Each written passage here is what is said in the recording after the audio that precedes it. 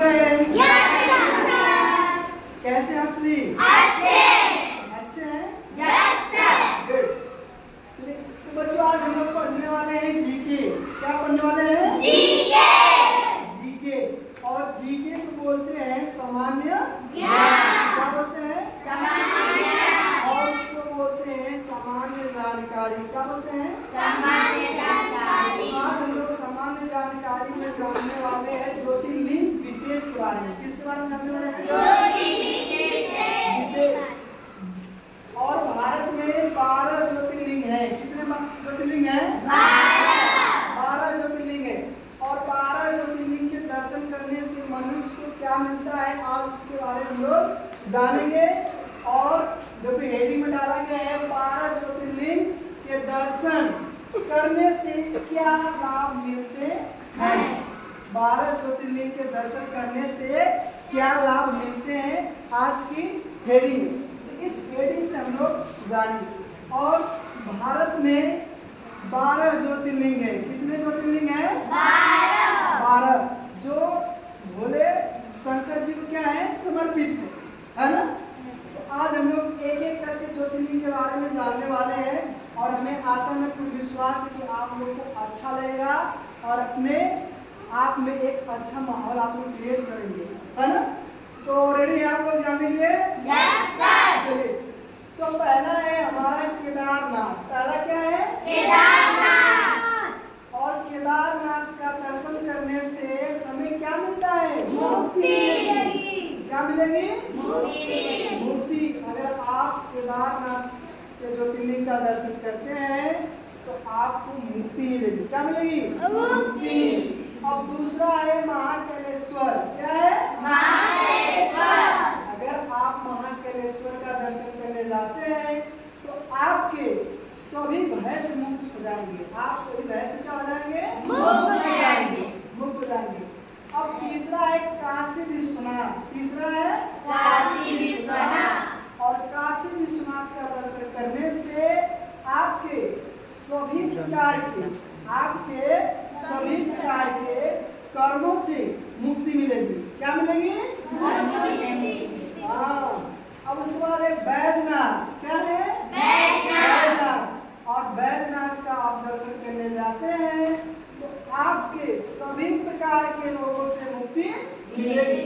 अगर आपके शरीर में अनेकों प्रकार के अगर रोग हैं तो अगर आप भोले बाबा का दर्शन करने बैजनाथ जाते हैं, है ना, इस धाम पे, तो आपके सभी रोग क्या हो जाएंगे? खत्म हो जाएंगे, है ना। अब इसके बाद है त्र्यंबकेश्वर। पांचवा है त्र्यंबकेश्वर। यहाँ जाने से आपके मनोकामना क्या होती है? पूरी होती है। अगर आपके अंदर कोई मनोकामना है कि मैं यहाँ पे जाऊंगा तो मेरा एक काम सफल हो जाएगा, तो निश्चित है आपका कार्य हो जाएगा, सफल हो जाएगा, है ना। तो यहाँ पे क्या पूजा होती है? मनोकामना। क्या पूरी होती है? मनोकामना। अब छठवां, यहाँ छठवां कौन सा है? सोमनाथ। छठवां क्या है? सोमनाथ। और सोमनाथ ज्योतिर्लिंग का दर्शन करने से आपको क्या मिलेगा? धन और शांति। अगर घर में शांति चाहते हैं, घर में धन चाहते हैं, तो आप किसका दर्शन करने जाएंगे? सोमनाथ का। किसका? सोमनाथ का। यहाँ पे जाते ही आपके पास बहुत सारे धन और सुख शांति आना शुरू हो जाएगी, है ना। और सातवां है गृहेश्वर। क्या है? गृहेश्वर। और आप इसका दर्शन करने जाते हैं तो आपको क्या मिलेगा? समृद्धि मिलेगी। क्या मिलेगी? समृद्धि। आप समृद्ध हो जाएंगे, हर क्षेत्र में आपका हो जाएंगे समृद्ध। ऐसा यहाँ का मान्यता है इस ज्योतिर्लिंग का। सुना रहा ना। आठवां है रामेश्वरम। आठवां कौन सा ज्योतिर्लिंग? रामेश्वरम। और रामेश्वरम का आप दर्शन करने जाते हैं तो यहाँ पे स्वर्ग का प्रवेश द्वार है। रामेश्वरम क्या है? स्वर्ग का प्रवेश द्वार है। अगर आप वहाँ पहुँच गए तो मानो आप स्वर्ग में प्रवेश कर गए, है ना। ऐसा इस ज्योतिर्लिंग की विशेषता बताई गई। समझा रहे ना। अब नौवां है मल्लिकार्जुन। मल्लिकार्जुन ज्योतिर्लिंग है ना। और यहाँ का दर्शन करने से क्या मिलता है मनुष्य को? सभी बुरे रूपों से मुक्ति। अगर किसी मनुष्य के अंदर बुरे कर्म किया है ना, अगर वहां पे जाता है तो उसके सारे बुरे कर्म क्या हो जाएंगे? खत्म हो जाएंगे, उसके बुरे कामों से मुक्ति मिलेगी, है ना। आप 10वां है भीमाशंकर। 10वां क्या है? भीमाशंकर। और भीमाशंकर ज्योतिर्लिंग का दर्शन करने से आपको विजय मिलता है। क्या मिलता है?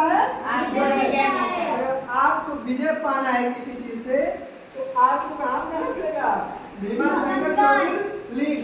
आप जैसे इनका दर्शन करेंगे तो आप अपने क्षेत्र में विजय पा जाएंगे, ऐसी इस ज्योतिर्लिंग की मान्यता है। समझ रहे बच्चों? अब इसके बाद क्या है? ओंकारेश्वर। ओंकारेश्वर क्या है? ओंकारेश्वर। और इसका आप दर्शन करने जाते हैं तो आपको क्या मिलेगा?